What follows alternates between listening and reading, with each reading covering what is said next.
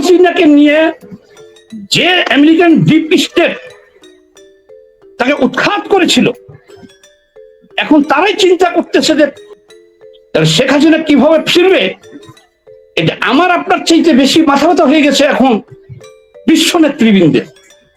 বিধায় সময় খুব কম, খুব দ্রুত শেখ হাসিনা বাংলাদেশে আসবে এবং যে ডিপ স্টেট উৎখাত করেছে সেই ডিপ স্টেটের মাধ্যমেই আসবে শাসন, মানে কারো কিছু করার থাকবে না। তারা ডিপ স্টেট যেভাবে কাজ করেছিল, তারা চেয়েছিল ডক্টর ইউনূসকে দিয়া তারা একটা সামরিক ঘাঁটি নিয়ে তারা দেশটার নিয়ন্ত্রণ দিবে। কিন্তু এখানে যে সারা বিশ্বের জঙ্গিদের আস্থানা হয়ে যাবে, এটা তো আমেরিকা চিন্তা করে। সেই ডিপ স্টেট এখন কাজ করতেছে কিভাবে জঙ্গি নির্মূল করা যায়। এখন তারা চিন্তা করতেছে একমাত্র শেখ হাসিনাকে রিপ্লেস করা ছাড়া এই আগুন নিভানো যাবে না। সারা বিশ্বকে এই জঙ্গিবাদের আগুন থেকে রক্ষা করতে গেলে বাংলাদেশের শেখ হাসিনার কোনো বিকল্প এই মুহূর্তে নাই। ভারতের তো ঘুম হারাম, সারা বিশ্বের জঙ্গি চাষাবাদ 4 থেকে 4.5 কিলোমিটার বাংলাদেশের সাথে সীমান্ত ভারতের। ভারত যদি তাদের দেশের অখণ্ড ভারত রাখতে চায়, অবশ্যই বিশ্বের সাথে হাত মিলিয়ে এই বাংলাদেশে এই জঙ্গি নির্মূল করতে হবে। যে আর যাই হোক, সারা দুনিয়ায় মেশাকার হয়ে গেছে জঙ্গিবাদে, কিন্তু শেখ হাসিনা যতদিন ছিল আমরা নিশ্চিত ছিলাম সেইখানে জঙ্গিবাদের চাষাবাদ হয় নাই। এটা তারা এখন স্বীকার করে। আর যদি কোনো কারণে এই বাংলাদেশের হতভাগা জাতির কপালে দুর্ভোগ থাকে, সেই দুর্ভোগটা হলো আফগানিস্তানের মতো, লিবিয়ার মতো, ইরাকের মতো। যদি সেই ডিপ স্টেট, সেই ভারত, সেই বিশ্ব নেতারা দেরি করে ফেলায়, তাইলে তো আর কিছু বলার নাই। আমাদের পরিণতি হলো সেই হুরের দেশে যাওয়ার জন্য রেডি থাকতে হবে। আর বাংলাদেশ সোনার বাংলাটা ছারখার দিয়ে যায়। এই তথ্য এটুকুই যে শ্মশান মানে খুব দ্রুত তাকে ফেরানোর জন্য বিশ্ব নেতৃবৃন্দ কাজ করতেছে। এই ডেটটা আরো 3-4 মাস আগে বলেছিলাম, ডেট পাঠাই গেছে। এবার দেখেন, আমি যে ডেট বলেছিলাম সেই ডেটের মাসখানেক আগেই দেখেন বাংলাদেশে কিভাবে জঙ্গিবাদের উত্থান হয়েছে। পাইতেছেন প্রমাণ। আর একটু ধৈর্য ধরেন, আর মাত্র 15টা দিন যেতে দেন, তখন দেখবেন বাংলাদেশের অবস্থা আরো দেখবেন যে ভয়াবহ হয়ে যাবে। বাংলাদেশে এই যে বিশৃঙ্খলা, একদিক দিয়ে আমরা গায়েবীভাবে শুনতাম যে আমরা ভারতের গোলাম, গায়েবীভাবে দেখতাম যে ভারতের রয়ে বাংলাদেশ ভরে আছে। এগুলো কিন্তু সব আমরা গায়েবীভাবে শুনতাম যে বাংলাদেশ রয়ের এজেন্টে ভরে আছে, 26 লক্ষ ভারতীয় চাকরি করতেছে, বাংলাদেশ বিক্রি করে দেওয়া হয়েছে ভারতের কাছে। তো এসব গুলা ছিল অদৃশ্যভাবে, অদৃশ্যই থাকতো। কিন্তু এখন 5ই আগস্টের পরে দেখতেছি আমরা হয়ে গেছি আমেরিকার গোলাম। আমেরিকাকে বন্দর দিয়ে দেওয়া হয়েছে, আমেরিকার সাথে গোলামি চুক্তি করা হয়েছে। এখন আমেরিকার স্বাধীনতা দিবস আমাদের মহান জাতীয় সংসদে দক্ষিণ প্লাজায় অনুষ্ঠিত হইতেছে।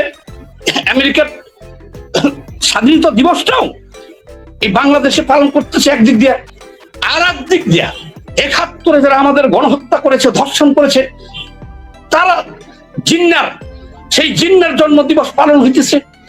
আমরা কত বড় বেকায়দায় পড়ে রয়েছি। এখন এক আমেরিকার দাবিদার হইতাম, আমেরিকার কাছে দেশ বিক্রি করে আমেরিকার গোলাম বানিয়ে দিয়েছিল। সেই উৎপাত নিয়ে আমরা লড়াই করতেছি, না হলে করতাম। এখন আপনি কোনটা রাখবেন আর কোনটা ছুটবেন? এই যে ছেলেপেলেগুলো 5ই আগস্ট উত্থান করেছে, দেখেন এইসব ছেলেপেলেগুলা, আহা, এরা সব হুরের পাগল। কিন্তু সমস্যা হলো শত শত কোটি টাকা, হাজার হাজার কোটি টাকার মালিক এরা কিভাবে হলো? এই না খাওয়া ছেলেপেলেগুলো। আর এই ছেলেপেলেগুলা এত দ্রুত সেই পাকিস্তান, আফগানিস্তান, ইরান পর্যন্ত এদের নেটওয়ার্ক, কি কিভাবে বিস্তৃত হয়ে গেল? যে হাদি ইনকিলাব মঞ্চ 50 কোটি টাকা তার অ্যাকাউন্ট থেকে 2 জনে সরাই নিল। এটা কি স্বপ্ন দেখতেছি যে 5ই আগস্টের পরে একটা গ্রুপ, এই একটা ছেলেপেলেগুলা, তারা আগে থেকে যে ম্যাট্রিকুলাস ডিজাইনের অংশই, কারণ এই অভ্যুত্থানের পরপরই তারা টাকা পয়সা চারিদিক থেকে মব করে সারা দেশ থেকে এক জায়গাতে করা শুরু করে। আর এদের সেই শক্তিশালী নেটওয়ার্কটা বাংলাদেশ থেকে শুরু করে পাকিস্তান, আফগানিস্তান, ইরান থেকে ওই হামাসের ফিলিস্তিন পর্যন্ত নেটওয়ার্ক হয়ে গেছে, টোটাল নেটওয়ার্ক হয়ে গেছে। এখন হয় 2টা কাজ আছে। আমি যে ডেডলাইনটা দিয়েছিলাম আগস্ট, খেয়াল করছেন? জুলাইতেই জঙ্গিদের বিপ্লব ঘটে গেছে। ঘুম নাই আমেরিকার, ঘুম নাই ইউরোপের, ঘুম নাই ভারতের। যাহা এটা হইল কি, আর 15 ডেজের পরে বাংলাদেশে এমন মেশাকার হবে, সবচাইতে সারা বিশ্বে আমেরিকান স্বার্থ যেখানে যেখানে আছে, কারণ এদের নেতৃত্ব নিয়ে নিচ্ছে ইরান। এখন বাংলাদেশে ইরানের অস্ত্র আসবে, পাকিস্তান হলো ভিক্ষুক রাষ্ট্র, বাংলাদেশের দায়িত্ব নিচ্ছে এখন ইরান। বাংলাদেশের দায়িত্ব নিচ্ছে বলতে সরকারের দায়িত্ব নাই। বাংলাদেশের বলতে ইরানের আর অনেকগুলা সংগঠন আছে, জঙ্গি সংগঠন আছে, যেমন হুথি, হামাস, হিজবুল্লাহ। আর বাংলাদেশে এখন ইরানের সেই সংগঠন হলো এনসিবি, এই নাসির উদ্দিন পাটোয়ারির নেতৃত্বে। এখন ইরানের বাংলাদেশের সংগঠন হলো এনসিপি, হামাস। ইরান যেহেতু নেতৃত্ব নিয়েছে, আমি বলে দিলাম সারা বিশ্বে মার্কিন যুক্তরাষ্ট্রের কোন স্বার্থ, কোন দূতাবাস কখনোই আর নিরাপদ নাই। আমেরিকার ঘুম হারাম হয়ে গেছে যে কত তাড়াতাড়ি বাংলাদেশ থেকে হিসাব দিয়ে দিয়ে চার মিলে গেছে। সেই ইরান গেছে, হাত মিলাইছে, তখনই এনসিপি আর একটা হামাস হয়ে গেছে, ইরানের নেতৃত্ব চলে গেছে। এবার আমেরিকা এদেরকে নির্মূল না করলে সারা বিশ্বেই আমেরিকার নিরাপত্তাহীনতায় পড়ে যাবে। আমার ডেডলাইন আগস্টে শেখ হাসিনাকে ফিরাতে হবে। আমরা না, আমেরিকার বাঁচতে গেলে ফিরাতে হবে, ভারতের বাঁচতে গেলে, ইউরোপীয় ইউনিয়নের বাঁচতে গেলে, এই জঙ্গিবাদের হাত থেকে বিশ্বকে বাঁচাতে গেলে তারাই ফিরাবে। এই আগস্টে ঘটনা কিন্তু ওইদিকে যাচ্ছে। এত তাড়াতাড়ি যে এগুলো ঘটবে আমি চিন্তা করতে পারি নাই। এখন কিন্তু আমেরিকা বাংলাদেশে শান্তিতে নাই। গোলামি চুক্তি হয়েছে, কিন্তু চুক্তির পাশাপাশি আবার ইরান ঢুকে পড়ছে। তো পাকিস্তান, আফগানিস্তান হয়ে ইরান ঢুকে পড়তে আমেরিকা এখন কোন খাসা হয়ে পড়েছে। কিভাবে তারেক রহমান স্টিল নাও গণপ্রজাতন্ত্রী বাংলাদেশ সরকারের প্রাইম মিনিস্টার থাকা অবস্থায় এত বড় দুঃসাহস তারা কিভাবে দেখায় যে সারা বাংলাদেশে তারা ছুটাছুটি করে, তারা ভিডিও বার্তা দেয়? কোথায় সরকার? শেখ হাসিনাকে উৎখাত করার পরে এই সমস্ত জঙ্গিদের আশ্রয়স্থল হলো বাংলাদেশ। এখন বিশ্ববাসী এটা চিন্তা করতেছে যে এই যে নেটওয়ার্কটা, লম্বা নেটওয়ার্কটা বাংলাদেশ থেকে পাকিস্তান, আফগানিস্তান, ইরান, ফিলিস্তিন পর্যন্ত, এখন এটিকে ধ্বংস না করলে এর আগুনে একেবারে ভারত থেকে আমেরিকা পর্যন্ত পূর্বে। এ কারণে একটা আলাপ আলোচনা চলতেছে যে এখানে একমাত্র শেখ হাসিনাকে রিপ্লেস না করলে এই আগুনের হাত থেকে মানব সম্প্রদায়কে বাঁচানো যাবে না। মানব সম্প্রদায়কে বাঁচানো যাবে না। বাংলাদেশের মানুষ ভীতু সন্ত্রস্ত হয়েছে, ভয় কাটতে শুরু করেছে। বাংলাদেশের মানুষ এদের চালাকি বুঝতে পারছে যে অকাতরে এই বাংলাদেশের মানুষকে হত্যা করার যে নীল নকশা, পরকালের হুরের লোভ দেখিয়া দেশটাকে আফগানিস্তান বানানো, মোল্লাদের এই চক্রান্ত সফল হবে না।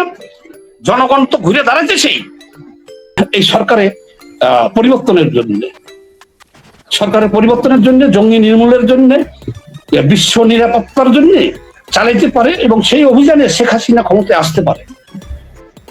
যারা বাংলাদেশে যারা কথায় কথায় সবাইকে রয়ের এজেন্ট বলতো আর ভারতের দালাল বলতো, এদেশের জনগণ অতটা বুঝতে পারে নাই, কারণ অনেক ভদ্রলোক মুখে দাঁড়িয়ে মাথায় টুপি নামাজও পড়ে, এরকম লোকও আছে যারা, বেশিরভাগ তারাই যারা বেহেশতের ইজারাদার এবং যারা আল্লাহ লোক নিজেকে দাবি করত, তারাই কিন্তু ভারতের দালাল এমনকি বোর শাল পর্যন্ত নিয়ে এসে পোড়ানো শুরু করলো যে ভারতের দালাল থেকে দেশ বাঁচাতে চাই। কিন্তু সেই সমস্ত লোকগুলো এখন সুযোগ পাইয়া যে ঠিক আছে, তারাও একটা সুযোগ প্রকৃতিগত ভাবে তারা পাক, যে তারা কি দেশপ্রেমিক না তারা ভারতের দালাল, এটা তারা প্রমাণ করার কিন্তু সুযোগ পেয়ে গেল জনগণের সামনে। এই সুযোগটা পাওয়ার পরে দেখা গেল তারা হলো পাকিস্তানের দালাল। শুধু পাকিস্তানের দালাল না, তারা আইএস এর দালাল, আল কায়দার দালাল, হামাসের দালাল, আরো দালাল। এই পৃথিবীর কুখ্যাত খুনি সে হলো কে? ওই ইরানের খামিনির দালাল। এখন এই যে ন্যাক্কারজনক ভাবে যারা এই দেশের মানুষকে ভারতের দালাল উপাধি দিয়া মানুষকে ভুল বুঝিয়ে, দেখেন বাংলাদেশের চারি সীমান্ত হলো ভারত, ভারতের চাল ডাল আটা লবণ থেকে শুরু করে মশলা থেকে শুরু করে ভারত ছাড়া আমাদের উপায় নেই বন্ধু রাষ্ট্র। কিন্তু যে সমস্ত লোকগুলা দিনে রাতে ভারতের কাছে বাংলাদেশ বিক্রি করে দেওয়া হয়েছে, ভারত বিদ্বেষী প্রচার করেছে, তাহলে এখন এই সমস্ত লোকগুলার কুৎসিত চেহারা এদেশের জনগণ কিন্তু দেখতে পাইতেছে। তাদের এত বিভৎস চেহারা যে তাদের বন্ধু হলো এখন পাকিস্তানের ভয়ঙ্কর জঙ্গি গোষ্ঠী হলো তাদের বন্ধু, তাদের বন্ধু হলো হামাস, তাদের বন্ধু হলো আইএস, তাহলে তাদের বন্ধু হলো আল কায়দা। আর তাদের সেই লা ইলাহা ইল্লাল্লাহ পতাকা তাদের ডিজাইনের লিখে ছুটাছুটি করতেছে, ধরা পড়তেছে, বোমাবাস করতেছে। এই যদি কি এ দেশের মানুষ, কৃষক শ্রমিক মেহনতি মানুষ খেয়ে বাঁচতে পারবে? এদেশের সাধারণ মানুষ তো না খেয়ে মারা যাবে। কারণ তারা তাদের যে বন্ধুগুলোর সাথে এখন চলাফেরা করে তাদের বাংলাদেশ থেকে এই সমস্ত জঙ্গিদের অভয়ারণ্য করছে, তাদের কাছ থেকে আমাদের বাংলাদেশের মানুষ কি চাল ডাল আটা লবণ সাবান নিত্য প্রয়োজনীয় বা কোনো সাহায্য পাবে? পাবে না। শুধুমাত্র তারা পাবে কি দিতে পারবে? তারা নগদে তো কিছু দিতে পারবে না, আমরা মারা যাব।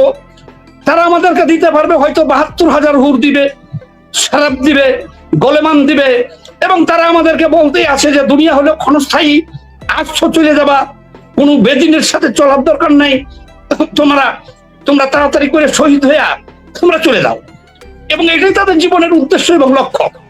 কিন্তু সেটা তো আমাদের দেশের মানুষের, সাধারণ মানুষের বা আমাদের লক্ষ্য আর উদ্দেশ্যই, জঙ্গিদের লক্ষ্য আর উদ্দেশ্য তো এক না। আপনি যে আমাকে প্রশ্ন করলেন যে শেখ হাসিনা কিভাবে আসবে, তাইলে এখন শেখ হাসিনার আমলে কি এই বাংলাদেশে জঙ্গিদের এই ধরনের উৎপাত ছিল? একেবারে বাংলাদেশ থেকে পাকিস্তান, আফগানিস্তান হয়ে সুদূর ইরান, মধ্যপ্রাচ্য, হামাস পর্যন্ত নেটওয়ার্ক হয়ে গেছে বাংলাদেশে। যে কোনো মুহূর্তে বাংলাদেশ মেসাকার হয়ে যাবে, যে কোনো মুহূর্তে মেসাকার হয়ে যাবে। আর বাংলাদেশ মেসাকার হইলে আমেরিকা রক্ষা পাবে না। পৃথিবীতে একমাত্র জঙ্গি জাতি যাদের কোনো আত্মীয় নাই, তাদের কোনো বন্ধু নাই, এটা হারে হারে টের পাইছে হলো কে? হারে হারে টের পাইছে আমেরিকা। এবং এখন তারা বলা শুরু করেছে অলরেডি। তাদের যে পেইড এজেন্ট ছিল ইউনুসের কাছ থেকে তাদের যে গোলামি চুক্তিটা করে নিছে, যেটার বলে এখন তারা দেখেন, বাংলাদেশের 54 বছরের ইতিহাসে ভারত কি কোনোদিন আমাদের সংসদ ভবনের দক্ষিণ প্লাজায় তাদের জন্ম দেশের প্রতিষ্ঠা বার্ষিকী পালন করেছে? করে নাই। তাহলে ডক্টর ইউনূস তো আমাদেরকে আমেরিকার গোলাম বানিয়ে দিয়ে গেছে, 1 নম্বরে। 2 নম্বরে বন্দর তাদেরকে দিয়ে গেছে। 3 নম্বরে যে জিনিসটা ডক্টর ইউনূস করে দিয়ে গেছে, এটা আবার আমেরিকা চাই নাই। এই জঙ্গি গোষ্ঠীর হাতে বাংলাদেশের জনগণকে তুলে দিয়ে গেছে কে? ডক্টর ইউনূস। তাহলে এখন কিন্তু এই যে জঙ্গি গোষ্ঠীর উত্থান, বাংলাদেশের এই জঙ্গি গোষ্ঠীর নেটওয়ার্কটা কত লম্বা, শুধু একটু আগে আমি আপনাদেরকে বললাম যে এই আগুনে ভারত পূর্বে, আমেরিকা পূর্বে, শুধু তাই না, এই যে আল কায়দা নেতা ওসামা বিন লাদেনকে পাকিস্তান আশ্রয় দিয়ে রাখছিল কত গোপনে। আমেরিকার টুইন টাওয়ারে হামলা হয় নাই, হামলা হয়েছে। এবং এই জঙ্গিদের বিরুদ্ধে অভিযান করতে যেয়ে লক্ষ লক্ষ লোক মারা গেছে। আমেরিকা থেকে সারা বিশ্ব মধ্যপ্রাচ্যকে মেসাকার করে দিচ্ছে এই জঙ্গি নিধন করতে যেয়ে।